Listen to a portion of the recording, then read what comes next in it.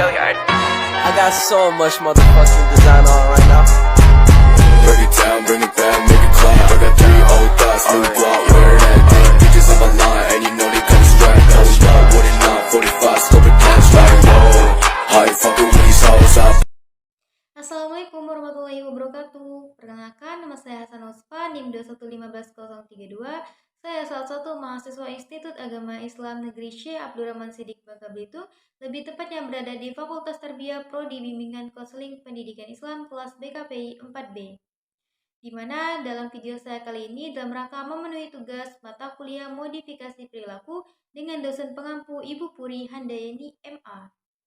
Baik, pada video saya kali ini saya akan mereview makalah kelompok 10 dari Saudari Nirwana berkaitan dengan teknik dan prosedur assertive training untuk membentuk perilaku asertif. Di mana pada poin A, beliau menjelaskan perilaku asertif adalah kemampuan individu untuk mengeksplorasikan perasaan positif maupun negatif dan pikirannya secara tegas dan bebas dengan tetap mempertahankan perasaan orang lain, atau dengan kata lain mempertahankan hak sendiri tanpa mengganggu hak orang lain. Ciri-ciri individu dengan perilaku asertif adalah sebagai berikut.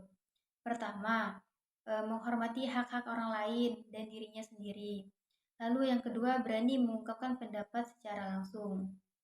Yang ketiga, kejujuran. Dan yang keempat yaitu memperhatikan situasi dan kondisi. Serta yang kelima yaitu bahasa tubuh. B. Faktor-faktor yang mempengaruhi asertif. Pertama, yaitu jenis kelamin. Pada jenis kelamin, perbedaan tersebut terutama ditemukan jika laki-laki dan perempuan terlibat bersama-sama dalam suatu pertemuan. Perempuan akan asertif jika mereka ada dalam suatu pertemuan dengan sesama jenis. Lalu yang kedua itu ada namanya self-assessment. Keyakinan seseorang turut berpengaruh kepada kemampuan untuk melakukan penyesuaian diri dengan lingkungan. Lalu yang ketiga yaitu kebudayaan. Segala yang berhubungan dengan sikap hidup, adat istiadat, dan kebudayaan pertama kali dikenal melalui keluarga. Lalu yang keempat yaitu tingkat pendidikan.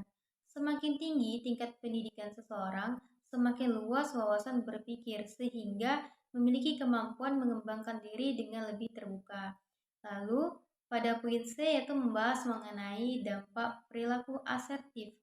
Menurut Adam, individu yang mampu mengungkapkan diri berdampak pada antara lain, pertama, individu tetap mampu sepenuhnya memahami diri sendiri tentang kebutuhan, opini, dan ide-ide. Yang kedua yaitu individu yang mampu mengungkapkan diri secara terus-menerus lebih mudah untuk hidup di masa kini. Lalu yang ketiga, individu yang berperilaku asertif lebih mudah memenuhi kebutuhan-kebutuhan pokok pada saat membutuhkan bantuan dan kerjasama dengan orang lain, khususnya dengan orang terdekat. Lalu yang keempat, dampak lain dari berperilaku asertif ialah bertambahnya harga diri, kepercayaan diri individu. Yang kelima, individu yang mampu mengutarakan perasaan dan pikiran secara spontan dan jujur dapat mencegah terjadinya keretakan hubungan dengan orang-orang terdekat.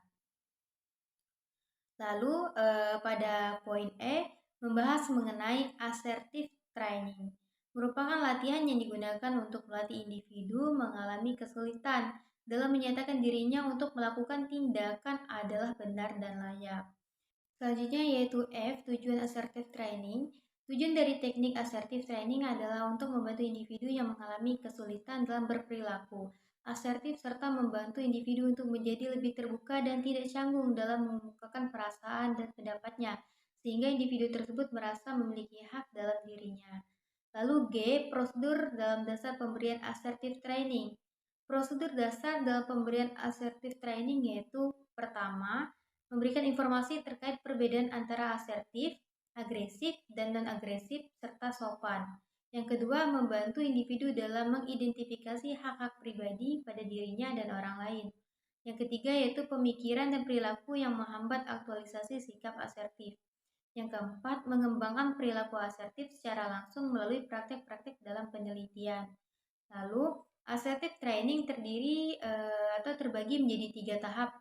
Yang pertama, role playing, yang kedua modeling, dan yang ketiga itu social reward atau coaching. Baik, mungkin itu saja yang bisa saya sampaikan. Saya tutup, wabillahi taufiq wal hidayah. Wassalamualaikum warahmatullahi wabarakatuh.